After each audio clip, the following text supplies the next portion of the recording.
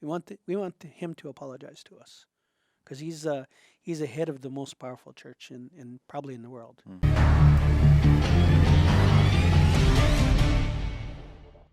Welcome to episode 23 of the Crownsman podcast.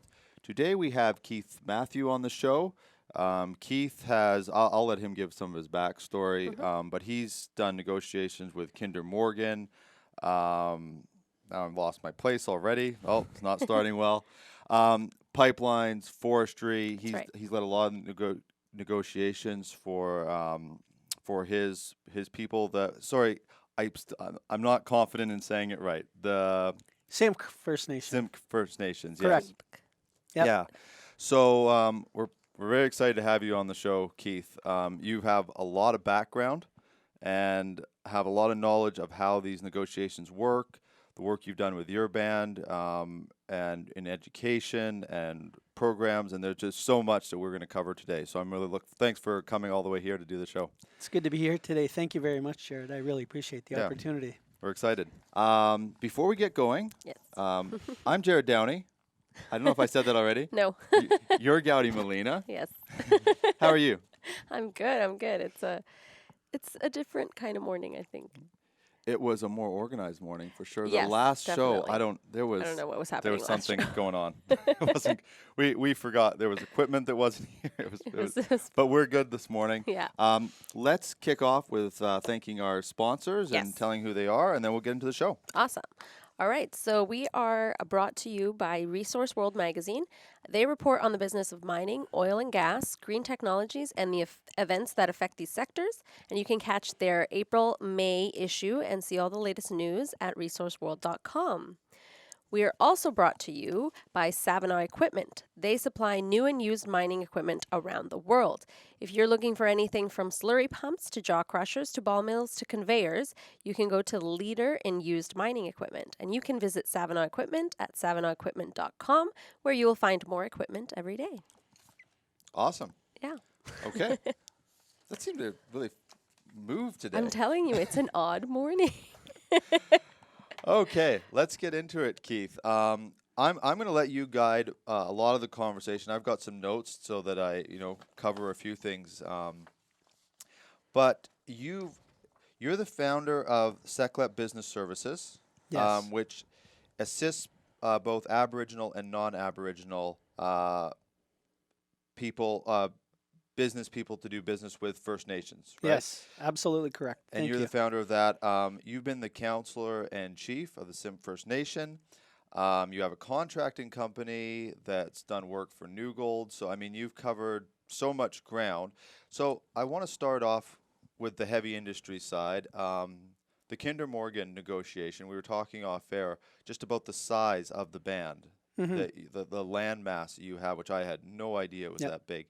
So can you just first, let's walk through a negotiation with a massive company like Kinder Morgan, negotiating on behalf of your band, and can you just walk us through what that was and what that is? Absolutely. And thank you again for the opportunity to talk this morning. It's really a privilege and an honor to be here this morning. Yeah, thank you for coming. I was on council for 10 years, and when I was on council, I was first a counselor, then I was a chief, so about half and half during my entire tenure. And I had the economic development portfolio. So it wasn't just Kinder Morgan that we negotiated with. We also negotiated agreements with Canadian Hydro, which owns the Bone Creek Hydro Independent Power Project up in our territory just north of Blue River. And also negotiated fiber agreements, helped out the local regional economy by working with Ministry of Forests and delivering a fiber agreement to our partner at Gilbert Smith Forest Products, which is primarily a cedar mill. And in 2007, we signed our first agreement with Kinder Morgan. And we, the pipeline was in place since the early 50s. And it was commissioned, I believe, in 1952 or 1953. And we hadn't received any sort of benefits from that pipeline running through our territory for a Even variety of different even when reasons. it was originally put in? Oh, absolutely. Yeah. Because as wards of our federal government, they have responsibility for us. We're like children of the crown, and the Indian Act basically dictated every asset or facet of our lives. Even during the early 50s, we had Indian agents who would conduct business for us, and make all the day-to-day decisions. We had chiefs and councils, but they were just there for show. And it wasn't until the early or late 1960s and 1969 when the then Minister of Indian Affairs, Jean Chrétien, handed down the white paper, which is a document that said that they were going to assimilate us into the Canadian body politic. And at that time, the First Nations leaders, my dad being one of them, Wilf Matthew, he said enough is enough. And it led to the formation of the Union of BC Indian Chiefs. And it really sparked a revival for us as Indigenous people. So what happened was, just a short time later, 7 years later, a couple of really important moments in our history. We closed down the regional office for, it was known as INAC, Indian Northern Affairs Canada. They had a regional office in Kamloops. We shut them down. We said, no, we're kicking you out of our territory. We're going to take those responsibilities and opportunities to manage our own programs. Sorry, so is this the agencies that are making the decisions for you? Is that what they were? INAC. INAC, that's what that was? INAC, they've split up into two different federal government departments today. So what happened was, and this history is really important for us as Indigenous peoples here in British Columbia, we shut down the INAC offices in Kamloops. There was regional offices all over British Columbia, all across Canada, and we said, go to your regional office in Vancouver. We don't need you anymore. So that was important because we took on the programs and services for our people. That's where devolution started for us, and that's where the creation of our own band offices and programs and services for our own communities began. So this is now the mid-'70s? Yeah, mid-'70s. Yeah. The other important high water mark for us, we shut down the residential school in Kamloops, the Kamloops Indian Residential School. And those are really important points for us because when we shut down the residential school, we then took our children from those horrible institutions that both of my parents had to endure, and it scarred them. It hurt them badly. It hurt them really, really badly. So we shut down that residential school and we took local control of local education back. So we began educating or taking the responsibility for educating our own children. And when was that shut down? Mid-'70s. That was also the Oh, yeah. mid-'70s. Yeah. It's easy to think that because we don't exist anymore that it's a long time. I mean, I'm sure It's not. for your people it doesn't seem long ago at all, but I was in '89, so that was the one in Kamloops. There was ones that closed later than that, though, wasn't there? Oh yeah, definitely there was. And if you take a look at the reports that were done about reconciliation, it talks about that history. And both my parents, like I said, they went there. It hurt them badly. And that's another aspect that I think Canadians are ashamed of admitting happened because it's a shameful part of Canada's history. We live in third world conditions as Indigenous people in some of our communities, and I'll talk about that later.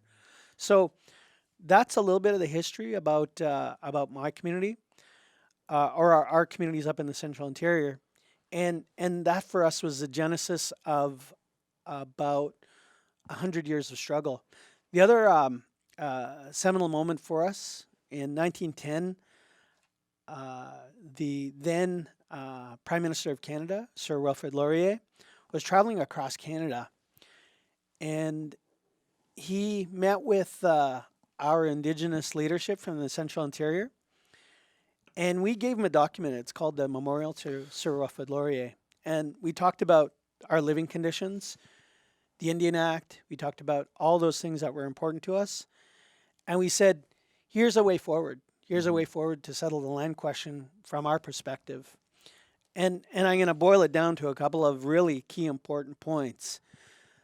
We said we want to share equally in all the resources, 50-50, and we want to share in all the benefits, and on a going forward basis. What happened then was the Prime Minister lost the next election to Sir Robert Borden from the Conservatives, and all that, excuse me, important work was lost. And it's put us into the situation where we are today, which is a lot of conflict, a lot of problems on the land, and how federal or provincial governments deal with us as Indigenous people. But back then, my forefathers said, let's do this and let's get this agreement done so we can... Countrywide? So they want to do it a countrywide sort of We thing? want to do it Central Interior British Columbia. Central Interior. Yeah, okay. So the agreement was between the other Interior Salish tribes, which are... I'm Symbolic. The other one was Syilx, which is Okanagan, and Lakapam, which is the Nicola Valley, and Statliam, which is the Lillooet people. So we're all the major Interior Salish speaking people. Right. So that was how we wanted to deal with the issue. And just do it in so it's over everything. So when a business comes in to do dealings, this is the law and this is the policy in place, and it cuts away all that conflict and negotiations and everything. If you really look at it, it was our attempt to deal our way into Canada's Constitution. Yeah. It was that important. And that's what happened when we lost that opportunity. It spawned all the Supreme Court of Canada decisions, because the only opportunity for us as Indigenous peoples was to go through the courts to define our rights. Right. And we're almost we're in British Columbia amongst the most litigious First Nations anywhere in Canada because of that. Because we say we still live on unceded territories. It's still ours. We haven't ceded, released, nor surrendered 1 square inch of it. So that's the problem. We go back in history, and we can point to the agreement that we had on dealing with this important issue, and Canada dropped the ball. Right. When you say that you're on unceded land, how does that? And we'll go over to the Kinder Morgan negotiation that in a minute. But I want to understand this a little bit better. When you say it's unceded, is that from the point of view of your band or by Canadian law as well? Well, it's from our perspective, but I think there's jurisprudence around that in common law. We've proved that in courts. The most recent court case that talked about that. I mean, Calder up in the Nisga'a territory explored that, and they wanted to prove title to their lands, but they lost on a technicality. They didn't ask the Crown if they could actually sue them, and they lost the decision just because of that. And more recently with the Chilcotin decision, they went that extra mile, and they had proof of title over 1,800 square kilometers of their territory. So it is a fact. Yeah. What does proof of title look like? What is that? I don't understand it, so I'm genuinely. I don't asking. either. I'm not a lawyer. Okay. I'm not a lawyer. And if there's lawyers listening to the program, they're going to say, "Yeah, that guy's BSing." But from my understanding, proof of title is us being able to go in front of the courts and prove beyond a reasonable doubt that we still own the land. That you still own the land, yeah. Use and occupancy, all those other things. Yeah. How long again, we'll move on, but how long does a dispute like that carry out? I mean, obviously in some ways it's been going on for years and years, but when you go to the court and say this is our land, is that a 5-year? Oh my God. Or 10 or it varies. Yeah. Yeah, and they're horribly expensive. And there's other processes in place, like the BC Treaty process. But as an Interior people, we always go back to that Memorial to Shore Welfare Laurier and say, this is our starting point for discussions. Right. Any other processes that are out there, respectfully, it's all about those. Even though experts say they're not about cede, release, and surrender, ultimately they're about extinguishing our title to the land, Right. That. and we don't agree with that. Yeah. And that sort of information, if you've, we talked a little bit on air, if or off air, if you've, for people that have read the Indian Act, some of the wording in there is, I use the word shocking. I think you use the word disgusting. I think both words could be, your word's probably better. That is actually part of the long-term plan. Well, I mean, yeah, it is. There's a couple of things in play right now. Bill C-31, which strips our status away by if I marry a non-native woman and we have children, they become I forget what the term is, but they'll eventually lose their Indian status, Mm-hmm. and it's a proven fact that um, our population numbers have peaked and they're starting to decline now because of that law, Because of Bill C-31, yeah.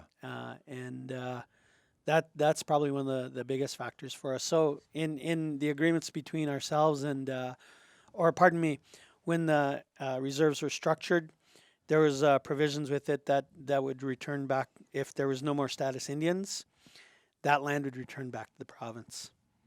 So it's we're in a race for time as Indigenous people Yeah. to protect our title and rights. Right.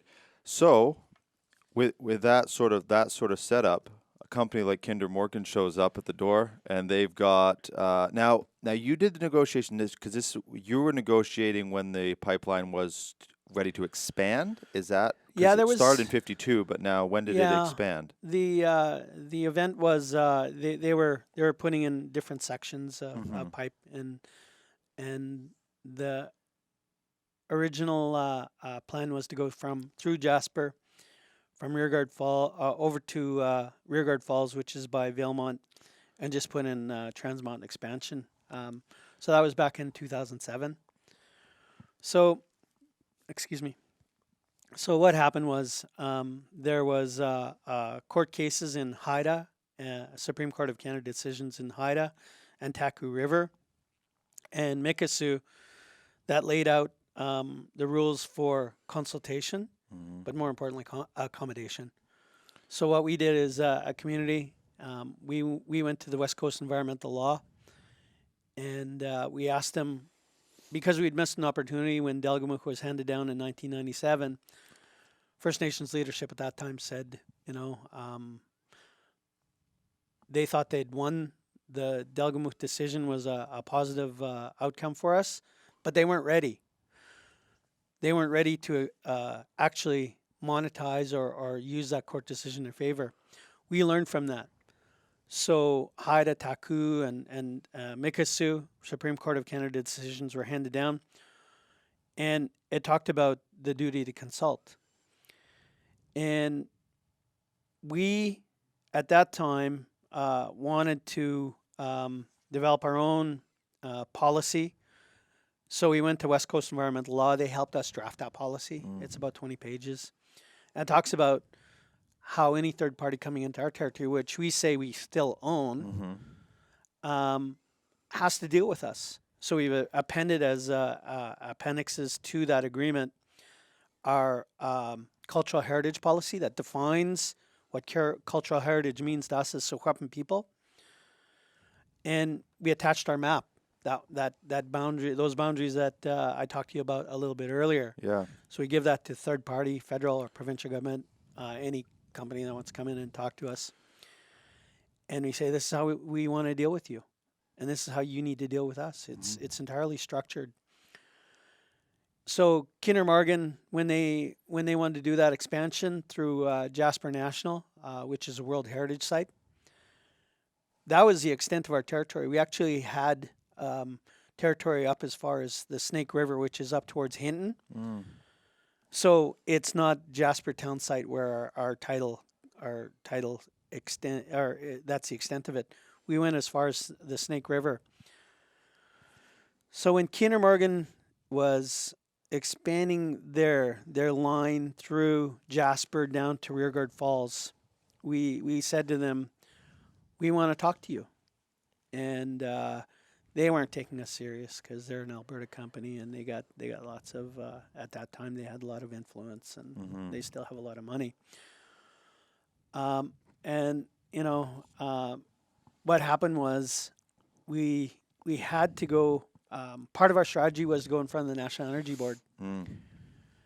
and the reason that we went to the National Energy Board, we asked them for a delay in the project, and we knew we weren't going to win it because the National Energy Board isn't really set up to hear about issues around Aboriginal title or any of those sorts of things.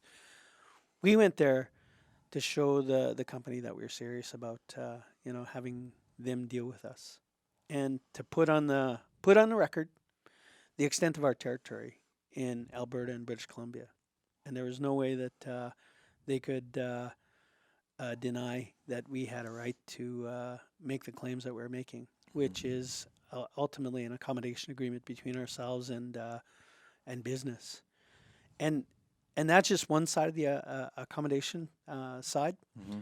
The other side is federal and provincial governments. So we're dealing strictly with the businesses and their accommodation to our community. Right. So this is so so you in this case then you're not dealing directly with Kinder Morgan then you're dealing with the environmental. It's No, we're dealing directly with Kinder Morgan. oh okay. Yeah, and we're dealing with Ian Anderson at the time, who was the president and CEO. I think that was his title. And he had a negotiations team that was sitting down with us, and we signed an agreement in 2007. And it's really important to understand how we developed that, not only the negotiation, which we ultimately signed an agreement with, and we knew we were going to leave a lot of money on the table, but we Hmm. knew that there was a future expansion plan. So we learned from that experience, Right. set up our own institutions to deal with issues that we needed to. We needed our own economic development arm, which we've set up now, Simpcw Resources Limited, and I'm the current chair of. And we needed to set up a wealth management structure as well, which is our community health, not our community health, our community trust. We needed those things in place, and at the end of the day, we knew in 2007 that we would need those things for further to further push the agenda somewhere down the line. The other thing that I asked for when we signed our agreement in 2007 with Mr. Anderson was we knew that that the short term opportunities around construction, Hmm. we wanted more than just those opportunities. So I said to him at the time, we'd like to do the operations and maintenance. Mm. And as a result, about 4 or 5 years ago, they started giving us the operations and maintenance contracts. And what we have with our Simpcw Resources Limited, they hold the contracts. Right. And then, On just the banned land or does no, it no, no across? not on our unceded territory. Oh, So the okay. 400 kilometers. Yeah. Yeah. So across. But does it stop there or does it go does those contracts go beyond there? No, no, Yeah. 400 kilometers is enough. Yeah. We have lots of opportunities. Yeah. We're not Yeah. greedy people.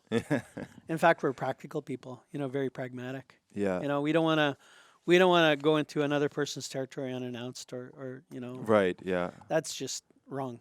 Yeah.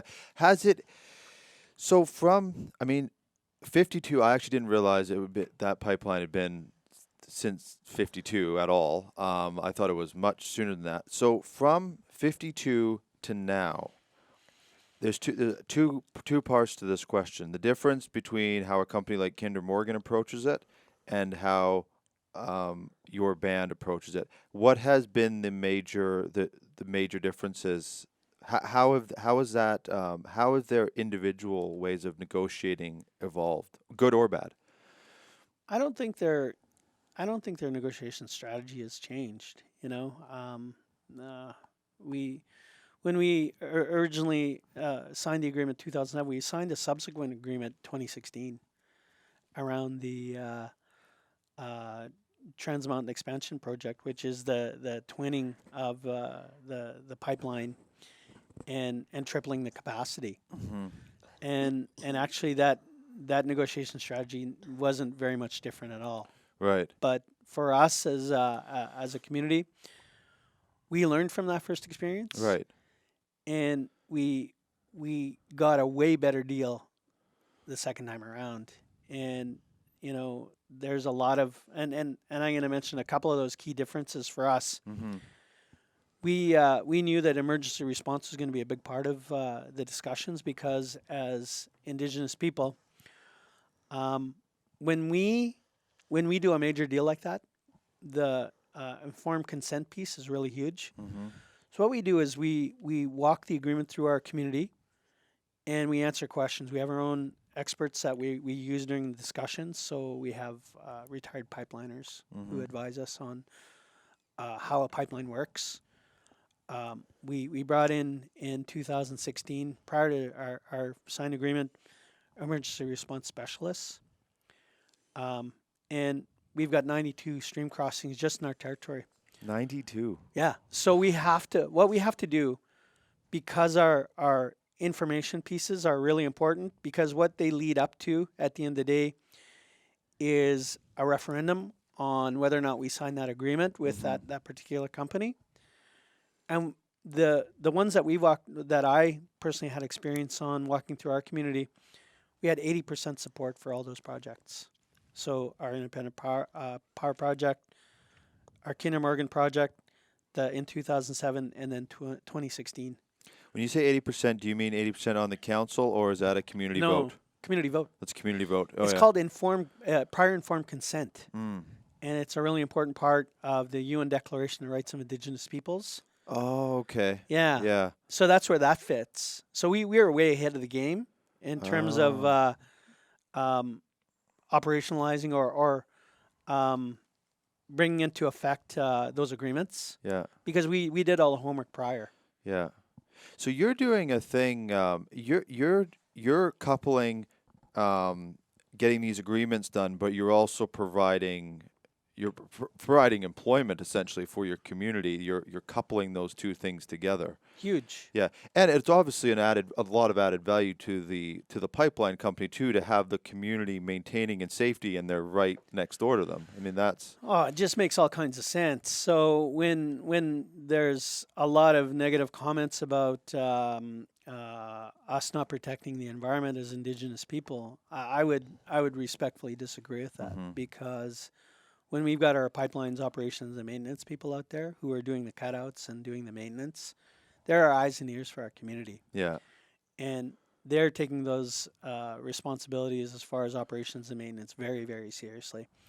And as far as I'm concerned, we are looking after our territory when we're doing that work, because it's done to the highest standards that are put in place by Canadian Energy Pipeline Association and other related bodies. Yeah.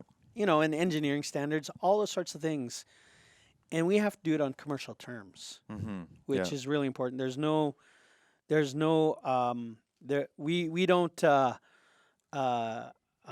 any extra costs for doing our business. Yeah. Yeah. It's all at competitive rates and similar standards to any other operations and maintenance company.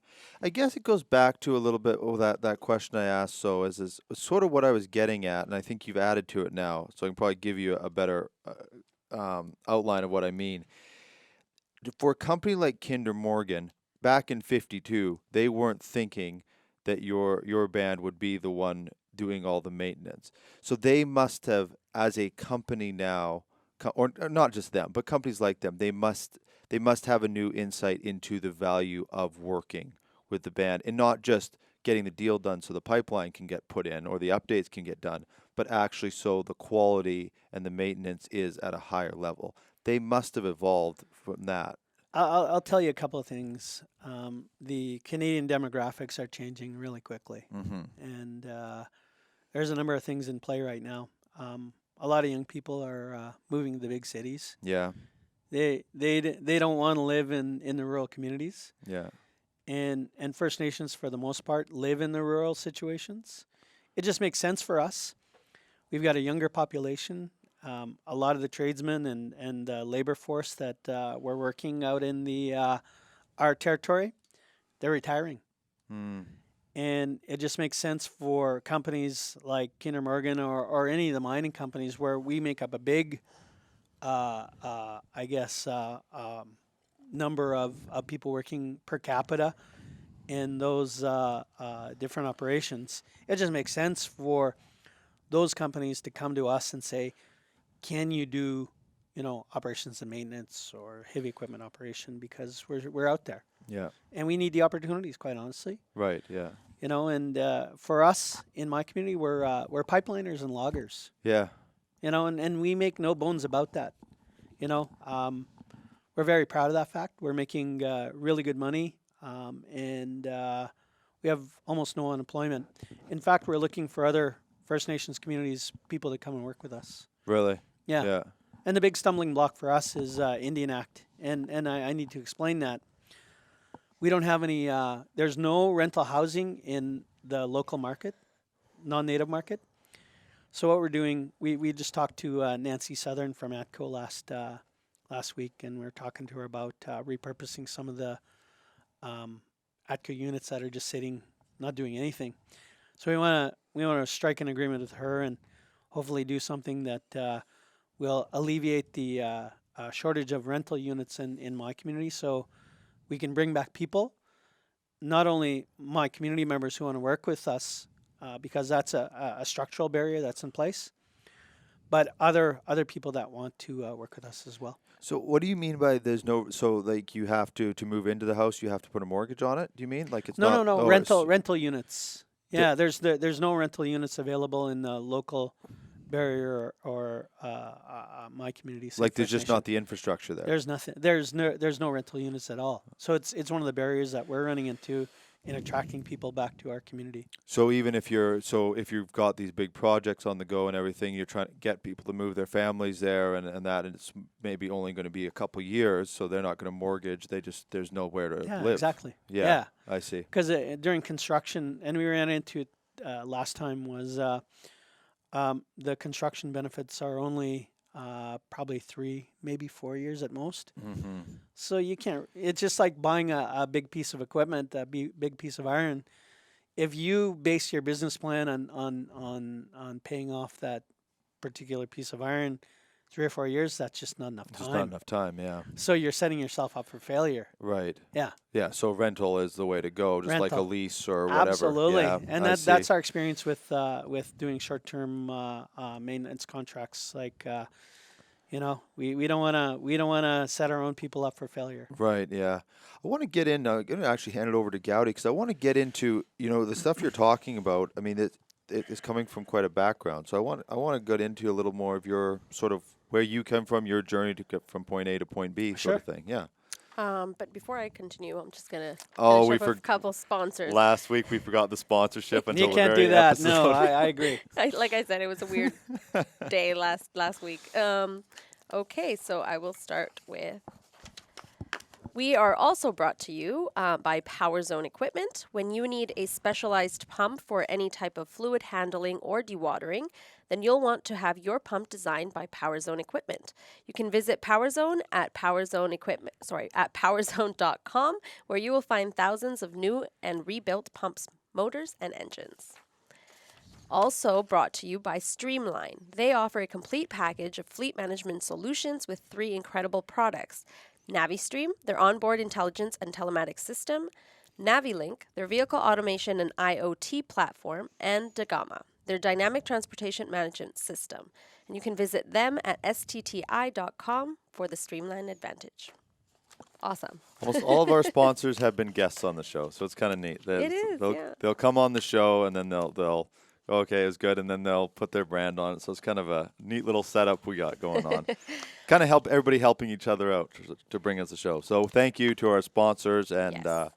if there's any other sponsors or people that want to be Yes, guests. please. If you want to sponsor an episode or a couple episodes, please contact us at info@crownsmanpartners or at crownsman.com. You can also contact us through Instagram or Facebook at crownsmanp.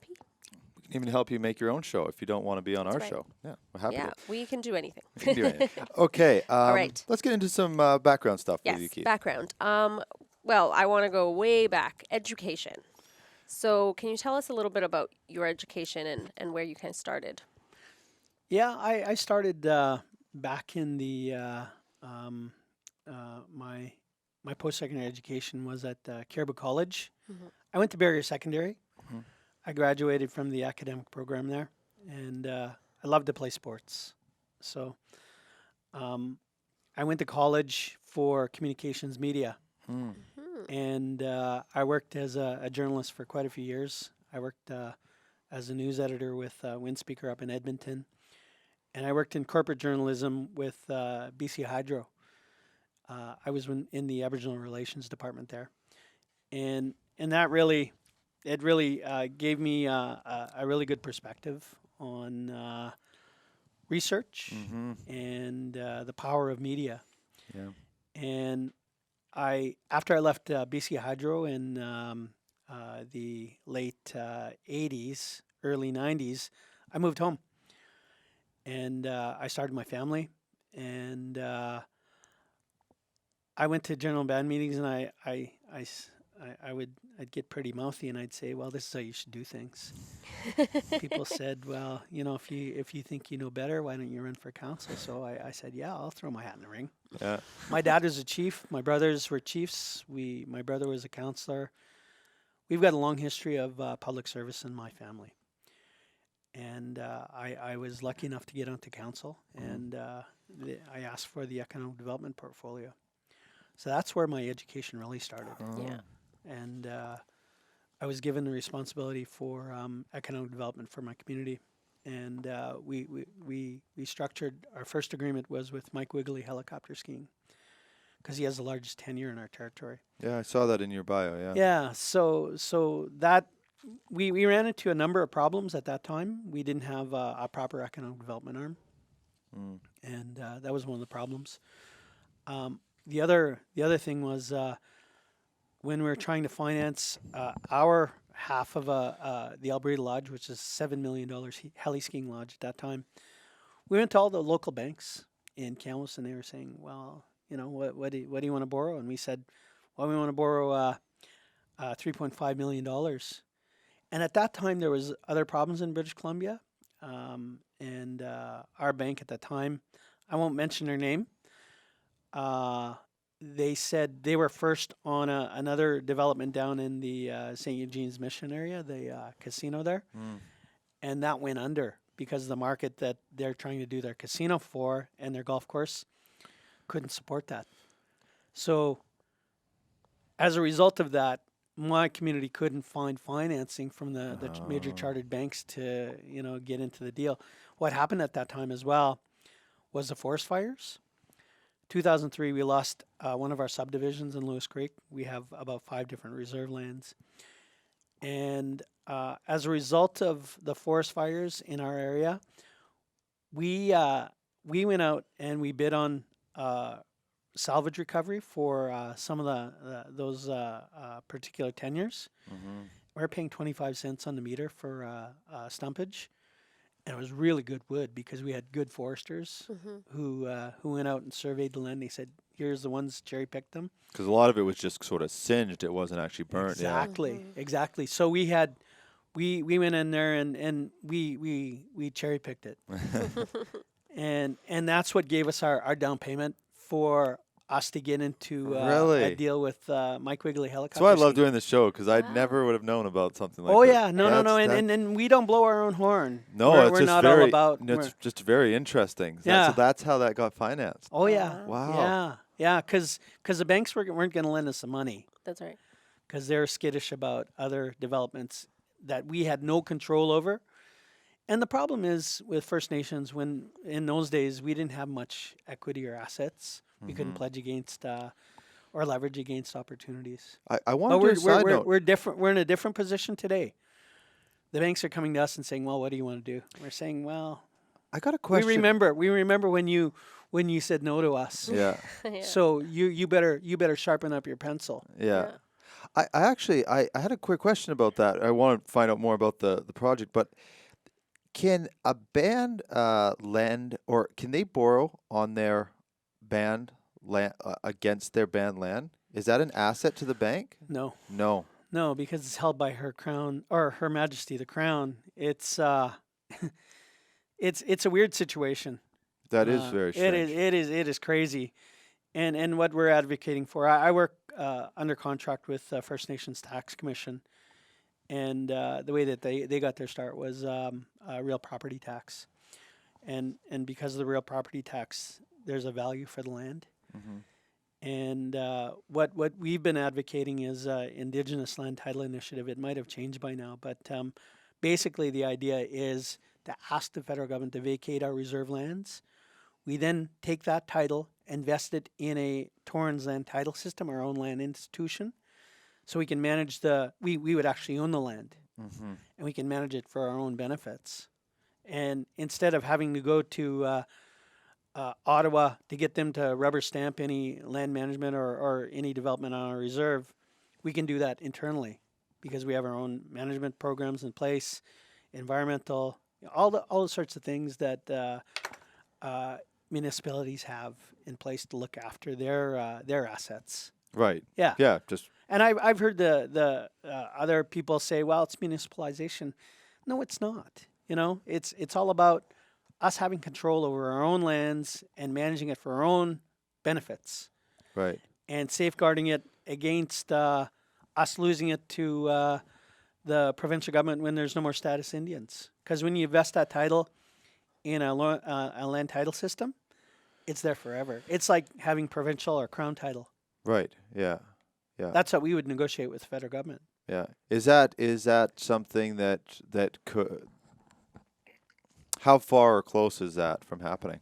Well, we have some experience doing that, creating federal institutions, and the thing that we've learned from creating federal legislation on these areas is making it optional for First Nations communities to opt in. And the way that we learned that was we drafted in the early 80s First Nations Financial Management Act, created 4 institutions, First Nation Tax Commission, First Nations Finance Management, FNFMB, which is a First Nations Financial Management Board, FNFA, which is the First Nations Finance Authority, and First Nations Statistical Institute. And as a result of that work, FNTC has collected over $1 billion in real property tax from leaseholders. And what that does for our communities, it improves in meaningful ways our basic services like garbage collection, security, roads, all those sorts of areas that other people take for granted. Water, water systems. Yeah. So we have leaseholders paying for those services. But this is an opt-in for each nation to, yes. And then it's like an opt-in tax essentially. Yeah. Yeah, and you have to have obviously things to tax, but in most rural communities they don't have that. But we want to expand that to other areas. Mm-hmm. Yeah. Yeah. Oh, and well, I read your bio, and you have quite a few roles. Well, past and present. Can you tell us a bit about the roles you have currently? Yeah, sure. So I'm currently the chair of the Community Futures Development Corp for Central Ontario First Nations. We have under our area 34 of the First Nations communities in the Kamloops area and surrounding like Lillooet and down as far as Vernon and down into the Nicola Valley. So we got 34 of those communities, and we offer startup funds and business support for Indigenous entrepreneurs wanting to start up their own businesses. I'm currently the chair for Simpcw Resources Limited, which is one of our institutions that we created to manage our own opportunities in my community. I also sit on the Tulo Board of Directors, which is associated with the Thompson Rivers University. Mm-hmm. We train tax administrators and land managers, so it's applied sciences. Yeah. I'm currently the chair of Cando, which is www.edo.ca, and we have over 400 Aboriginal Economic Development Officers right across Canada, from coast to coast to coast, all the way up as far as Inuit country in northern Canada. So we work with them, and we help the economic development officers help facilitate business in communities right across Canada, up into the far north. I think that's the extent of my volunteer activities. Yeah. But professionally, working on a number of projects right now. Working on a equity participation agreement with Kinder Morgan, and that's as a personal individual, a private individual. And we're advancing discussions between ourselves and the federal government about having those rights and title holders along the pipeline, Kinder Morgan route from Edmonton all the way down to the Burnaby loading facility, having communities actually own equity in the project. You know, I've never understood really clearly until, which is exactly why we do this show, because the land that the pipeline is going across, technically, the bands that are on that land can't really, it's not really considered an asset to them. So they want, you need to get equity in the, whatever's you being, essentially that land is being used for. So if it's a pipeline, that equity is what creates the value of the land. Otherwise, like for instance, the bank won't recognize that land asset, right? Is that right? Well, in some respects, that's true.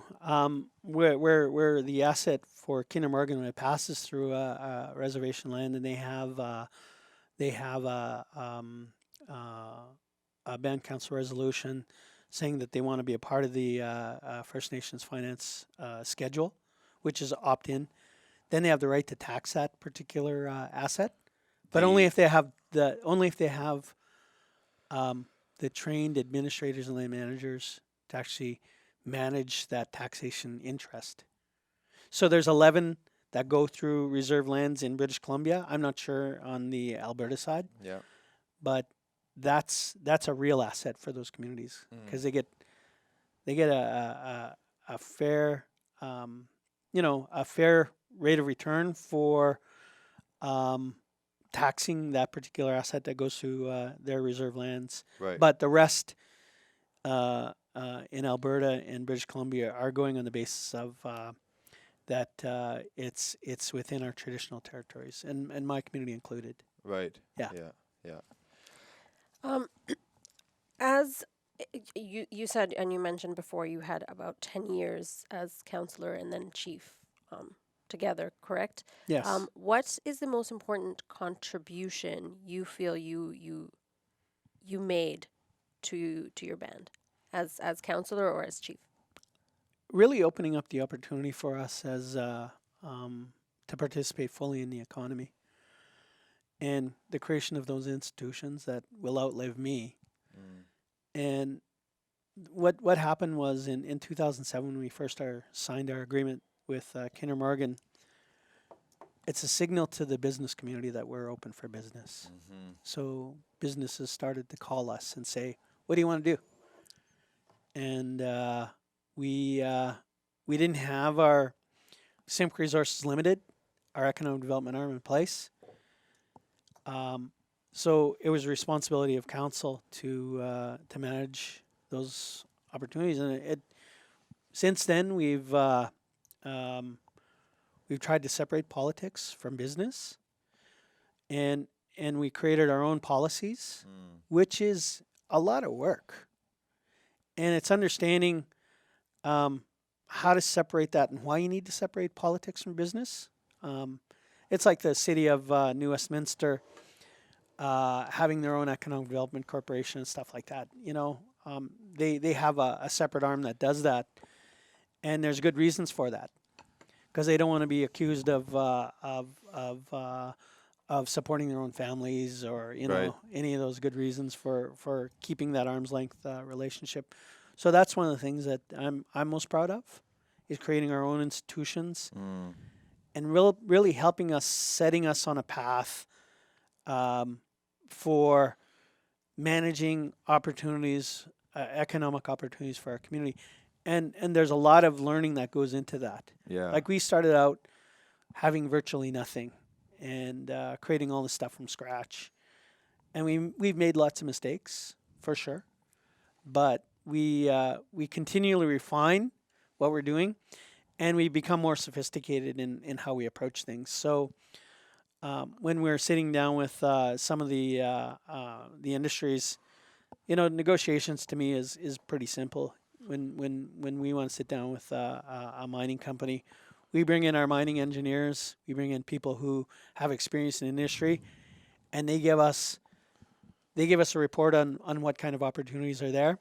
So that's what we did with Kinder Morgan. We brought in a guy who was a retired pipeliner with 40 years experience, and then we got one of our other companies to say they gave us a report on what the construction would look like, and we'd go line by line through that report, and with our pipeline guy, and he would say, these are the opportunities that you should be taking. Mm. Here's the other ones that the company is going to take because it's regulatory and all that other stuff. And we said, yeah, that makes sense. So we sat down and we said, these are the things we want, and they just rolled over. And there was things in our agreement that talked about us being. We knew the value of operations and maintenance. It's just one paragraph, and it talks about commercial terms. That's the only thing that they wanted inserted into our agreement. We said, To manage costs. Then. absolutely, absolutely. Where there's no premium for our participation. We're going to compete against anyone Yeah. because given the set of circumstances, we can compete against anyone. I don't have any doubt about that. Right. Well, you've done it, and you've because you have this is where we were talking, and we realized there's a mutual connection because your grandfather is from Skeetcheston, which is near where I grew up, and you actually have a business partner out there, Yes. right? Yep. So, like you did a contract for New Gold and everything, right? So Yes. and is that the same sort of system you get? Like, how did you get involved in that? Which company is that? That's Skeech Arrowhead Contracting. Skeech Arrowhead Contracting, right? Yeah. How did that come about? Where you got involved in New Gold Well, or the contract in New Gold? yeah. My cousin is that you're referring to, and I need to explain about my relationship to Skeetcheston, which is where my mom is from. She's a Jules. Her name was Dolores Jules before she married my dad, Wilfred Matthew. And my relationship is obviously to the Jules family up Right. in Kamloops or pardon me, in Skeetcheston and Kamloops. Yeah. Because Skeetcheston is actually a breakaway community from Kamloops. Oh, originally was it? Yeah, I yeah, didn't realize yeah, that. yeah. And there's really strong ties between the two. A bunch of my aunties who used to be Juleses are married into the Seymours, and I've got all kinds of relationships in Kamloops. Just staggering. But the way that started was there was opportunities for bidding on work with New Gold, and Skeetcheston is party to that agreement with Kamloops Indian Band to Kamloops to Oh, I actually. see. Yeah. So we talked to my cousin Carrie about working together. We created our joint venture between ourselves and him, and our other partner is Dawson Construction. Oh, I see. Okay. Yeah, yeah. So they're a little company out of the Lower Mainland Just here. little guys. Yeah, Yeah. but they're really good partners. Yeah. And they provide a lot of project management. We provide a lot of the skilled labor and Right. other parts of major projects. And we've learned a lot since we started that particular relationship. I was gonna. As soon as you said about those three partnerships, there must be a ton of learning that goes into managing because you're working with one big mining project and you're partnering three partners to get the project implemented, your end of it done. That must be quite a learning For all parties. Yeah, for all parties. Absolutely, and we're cutting new ground, and we recognize that. But private sector is. We didn't have a lot of role models, because of the residential schools and the fact that we're wards of the federal government. So the Indigenous business sector, not only in British Columbia but across Canada, is just exploding right now. There's it's sort of mind-boggling when you think about what some of the other communities are doing as well. But it's just natural evolution because we don't want to depend on our band office for employment. They get a set amount of money per year from the federal government and transfer fees, and it's look after social housing, education, administration, social areas, Yeah. and But long-term future, that's that's questionable. Who yeah. knows? Who knows what's going to happen there? I don't. Yeah. But now, do you think because you're saying it's exploding, is that because now, uh, men like you, men and women, but people like you, and Carrie Jules, and that you now have that business experience and that leadership. So now there are the right age of role models. Oh my that are God, not, yeah. yeah. Oh yeah. The guy that I wanna obviously recognize at this point is my nephew Don Matthew, and he started out in the self-employment assistance program with the Community Futures quite a few years ago, and he's our logging contractor for my community. And what he does is he's got that's his primary interest, but we have all those logging, or pardon me, those tenures. Someone has to log them. In the early days, the band was trying to manage that, and we'd be paying our guys on hourly wages and stuff like that, Mhm. and we were running sizable deficits because it wasn't being managed as a business. Mm-hmm. It was being managed as a social enterprise, which at the end of the day, your margins are pretty tight, and the way you make money is on volume. And my nephew, who is our contract logger right now, is doing really good. But here's the social contract between our contractors in my community. He's the biggest single employer in my community for a private firm, because he employs a lot of the guys in my community who are still logging, and provides for a lot of the families in my community. Right. But he's a brilliant young man, and Yeah. he's a few years younger than me, and he's the new generation of leader that's coming up, because he sat on council for a few years after I did, and helped shepherd through a number of other agreements with other industries, lead core pipelines, and all the big boys in the Yeah. contracting world.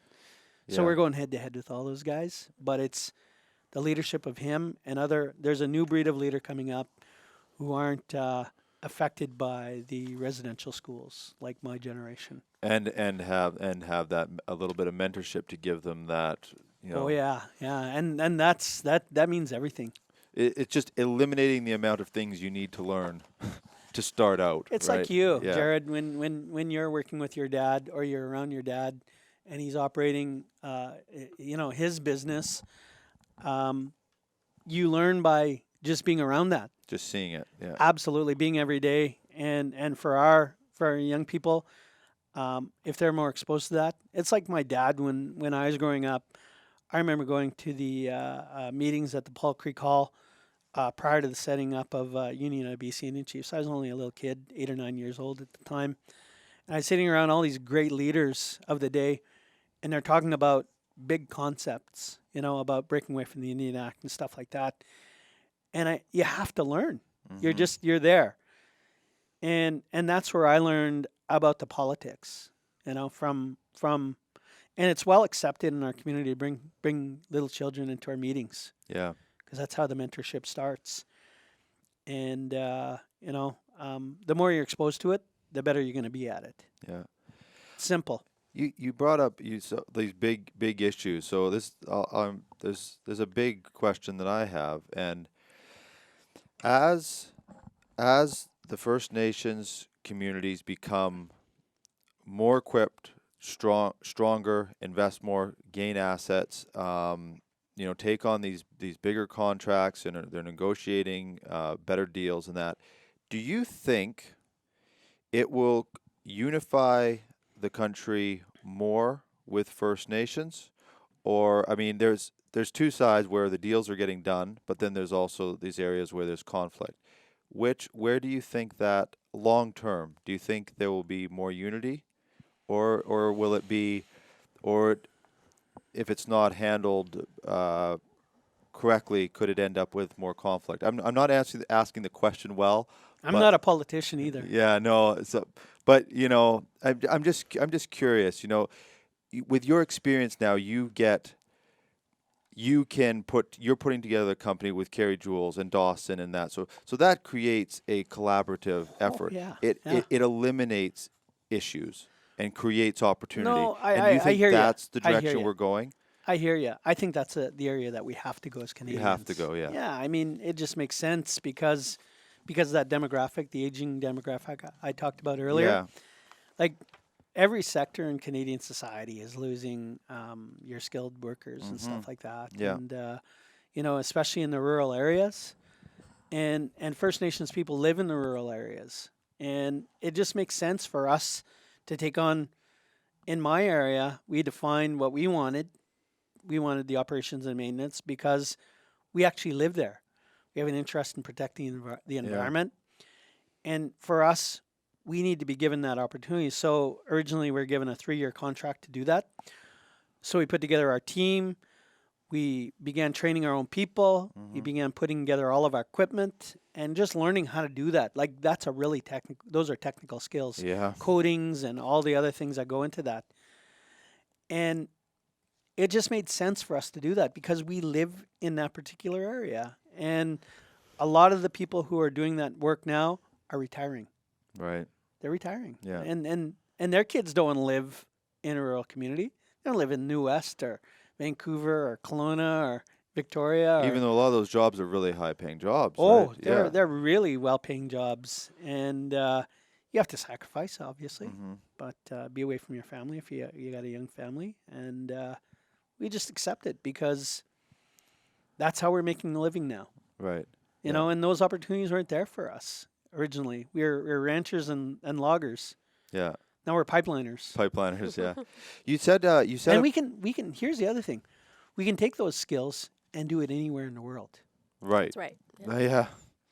There's opportunity beyond our borders to do those exactly. things. Yeah. When we had Frank Antoine on, and I mean, I've known him for a long time. We've been friends for a long time, and there, when it comes to Indigenous tourism, that's really going on to not just here but on a global scale. So he's traveling. They have him traveling all over the world, and He's a wonderful spokesman.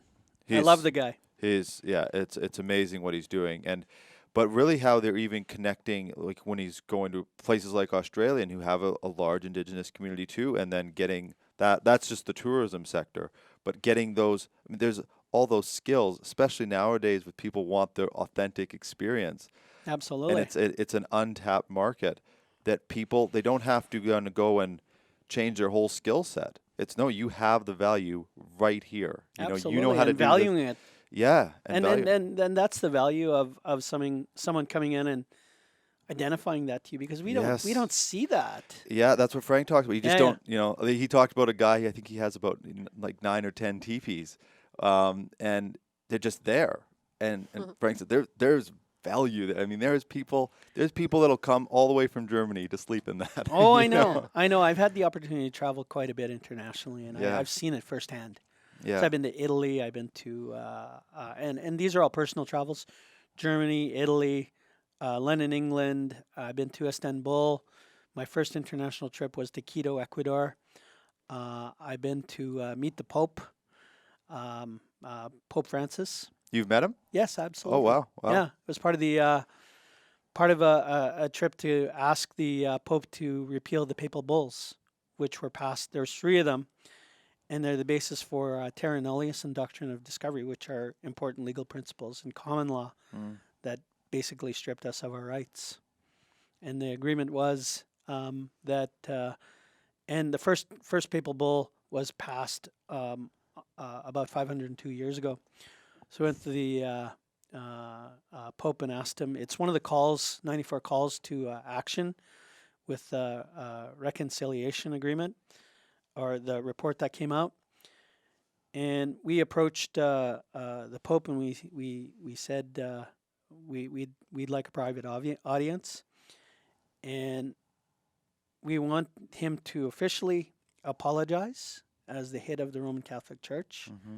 for stripping away our language, culture, and history because they had a big role here in Canada in hurting us irreparably as Indigenous people. We want him to apologize to us because he's a head of the most powerful church in probably in the world. Mm-hmm. They're a big corporation. So we went to him, and we went to Archbishop Tomasi, who was the second command. And the first step we asked him for two things: an apology, and for them to repeal the papal bulls. And those would be symbolic, because the agreement between the church and the state of the day was that um, this the European countries that came to the New World, they needed the cover of the church, so they drafted the papal bulls, and the papal bulls agreement was the European countries would get the land, and the church would get our souls, because in church ideology, when you're not baptized, you don't have a soul. You're just like an animal in the woods. That's how they saw us. That's how they justified stripping away our title and our rights, which is Yeah. wrong in every sense of the word. In every sense of the word, it Absolutely. actually, it even goes. I mean, I know a lot of the doctrine. I've read a lot of the book, so it actually goes against the doctrine itself. But what was it? I've actually never met anybody who's met the Pope. So what is that? I don't talk about it a lot. Yeah. What is that experience like? I mean, you're obviously there for a purpose. It's It's not a quick. incredible. It's not a quite. No, it's not a meet and greet. You're actually there for a purpose. Yeah. What's that experience like? I mean, was It was this, it was was this the in most the Vatican? powerful. Yeah, it was the Yeah. most powerful experience in my life, and we used we did a lot of work prior. So I was in Geneva, and we met with the Holy See a year prior to going to the Vatican, and the Holy See is an official representative at the UN Assembly for Indigenous Peoples in Geneva. Mm. And I remember going over there and getting off the plane and wondering, what the heck am I doing here in this country? and and I jump off, and I get on the local bus, and I'm going to my place where I B&B'd, and everything's in French, and I'm lost. So I asked lots of questions. I get to my Airbnb place, and I didn't even know how to operate the locks in the door in Europe. So I'm standing outside the door, and this woman who lives next door to the Airbnb place, she takes a key, and she shows me how to open the door. I mean, there's just so much. It was a huge adventure. Just Yeah. a huge adventure. But meeting the Pope was one of the biggest and best experiences of my life, because he's such a big. He's a world renowned figure. Yeah. Yeah, and there is so much impact for him when he makes public announcements about alleviating the situation for poor people in the world. You would think it'd be an easy thing for him to talk about an apology to our people, but when you start to admit that you did something wrong, then that's when you have to do something about You it. have a responsibility. Yeah. There's Yeah. reparation that needs to be done legally and otherwise, Yeah. morally, Mm-hmm. you know. And as far as I'm concerned, I'm still a Roman Catholic. I was baptized, you know, and I have a hard time going against that doctrine. But my Indigenous self says I have to, because I went there to honor my memory of my mom and dad who went through that residential school, Yeah. and they didn't teach us my language because it was beaten out of them. It was beaten out of them. Mm-hmm. And my dad, I clearly remember him saying, and my mom, we don't want you to learn Symbolic, which is my language, because it has no use in the modern world. And that hurt. That Mm-hmm. really hurt. And that wasn't my parents speaking. That was the priest speaking. They were such jerks to us and horrible. Just treated us horrible. They treated us like animals. Sexually abused us, mentally, physically, spiritually. Any of those abuses, and every one of those abuses. Horrible, horrible time in Canadian history. Mm-hmm. So we went there to ask the Pope to do something about a couple of important things for us. And I had a resolution from the Simpcw First Nation supporting me to be there. And that's from all 630 chiefs from across Canada. And I had a letter from the National Chief, Perry Bellegarde, that talked about, what we wanted to do and supported what we were doing there. Yeah. It was really an incredible experience. Was there a dialogue with him, or is it a meeting and sort of No, presenting no, with something? he's a figurehead. Yeah, That's exactly. what he is. Yeah. And the real work is with Archbishop Tomasi. So we did all that advance work Mm-hmm. to set up that meeting. It wasn't until the night before we used the staging area in Florence. We had an estate there, and some people who were working with us from Italy gave us a place to visit and do strategy and all this other stuff. It wasn't until the night before, and we actually ran Sweat Lodge in Italy. Did the Pope come for that? Oh God, no! I think it's against his ideology. It's a competing religion, not even a religion, but a spiritual understanding. Experience, Yeah. Yeah, exactly. I wouldn't expect that, but and I know you're kidding, but you know, it wasn't until actually the night before that we confirmed that we're going to have a private audience with the Pope. But the real work was with Archbishop Tomasi behind the walls of the Mhm. Vatican. And one of the guys that was with us, we had a delegation made up of North American leaders. We even had a representative from the Mapuche people in Chile. Mm. And when we met with Archbishop Tomasi, we wanted to assert ourselves, and we said, you know, we wanna start this meeting out in a good way. Typical for us, you know, as Indigenous people, we say a prayer to start out our meetings.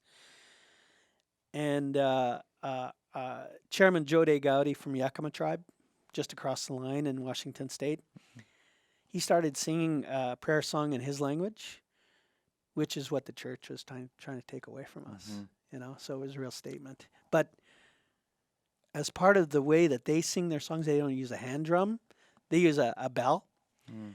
And he struck it 9 times. Every time he struck that bell, you could feel the foundations of the Vatican just shaking.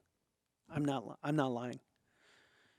You know, it was an incredible moment in my life, and something that I'll cherish forever. So we went and met with him. It took a couple of years of work with some of the people that I've befriended over the years, and when we were leaving the meeting with Archbishop Tomasi, um, I said to Archbishop, went up to him and I said, "Thank you for the meeting." And I grabbed his hand and I said, "I'm not going to let your hand go until you agree to meet with us again." And he started laughing and he thought I was joking. And I said, "I'm serious. You owe us another meeting." And he said, after, you know, a minute or so, me just holding onto his hand, not letting it go, it made him really uncomfortable. And that's what it was supposed to do. But he agreed to meet with us again. So our work there is not finished. Mhm. You still got lots of work to do. But it takes money and time, and I'm a pretty busy guy. But you will meet again. Oh, we're gonna meet again, and we're gonna set the record straight. There's no doubt in my mind. Yeah. We have to. We have to, so we can move on. Mhm. Yeah. It's just like the residential school experiences. You know, that settlement. People were saying there's all kinds of problems with financial settlement and stuff like that. But what it did is it set the stage for us to be able to move on Mhm. and accept it.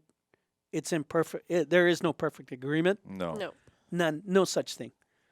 But, and I know some of the survivors are saying, well, it should be worth more money than that, you know, for the individual survivors. Yeah, sure.